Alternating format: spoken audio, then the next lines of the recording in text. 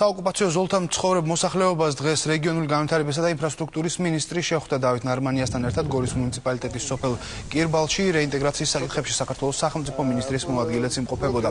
ხელისუფლების წარმომადგენლები ადგილობრივებს შეხვდნენ და უშუალოდ მათგან მიიღეს ინფორმაცია მოსახლეობის პრობლემების შესახებ. აკვეთები იმ ხარაზე ჩვენი არაფერი მოყვა. ეგ არის საზოვრები არის მოყოლილი და ტყე. როდესაც რო კირბალი დასახლდა იმ მიმეში რომ ტყე ჰქონდა, წყალი ჰქონდა, რომელიც დღესდღეობით აღარ წყალი გვაქვს, აღარ ტყე გვაქვს. და ესე ვარ, გაზის თავისთავად არ არის და ყველაფერი გასაჭირი არის. მთავრობას აქვს ორი ძირითადი ბერკედი და მექანიზმი.